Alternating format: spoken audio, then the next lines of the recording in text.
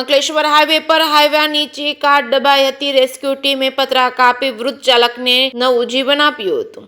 અંકલેશ્વર નજીક national highway 48 પર ખરોડ ચોકડી પાસે મોડી રાત્રે એક કાળજુ કંપાવતો અકસ્માત સર્જાયો હતો, જેમાં એક હાઈવા ટ્રક પલટી મારી કાર પર આવી પડતા કારનો કચરગાળ નીકળી ગયો હતો। આ ભયાનક દુર્ઘટનામાં કારમાં સવાર મહિલા તો હેમખેમ બહાર નીકળી આવી હતી, પરંતુ કાર ચલાવી રહેલા વૃદ્ધ કાટમાળમાં બરાબરના ફસાઈ ગયા હતા। ઘટનાની જાણ થતાં જ બચાવ કામગીરી માટે કાફલો ઘટનાસ્થળે પહોંચી ગયો હતો। ક્રેનની મદદથી આશરે 1.5 કલાક સુધી દિલધડક રેસ્ક્યુ ઓપરેશન હાથ ધર્યું હતું। રેસ્ક્યુ ટીમની પ્રશંસનીય કામગીરીને પગલે ફસાયેલા કાર ચાલકને સુરક્ષિત રીતે બહાર કાઢવામાં આવ્યા હતા। અકસ્માતમાં દંપતીને સામાન્ય ઈજાઓ પહોંચતા તેમને તાત્કાલિક સારવાર માટે હોસ્પિટલ ખાતે ખસેડવામાં આવ્યા હતા। અકસ્માતના પગલે હાઈવે પર સર્જાયેલા ચક્કાજામને પોલીસે ભારે જહેમત બાદ પૂર્વવત કરાવ્યો હતો।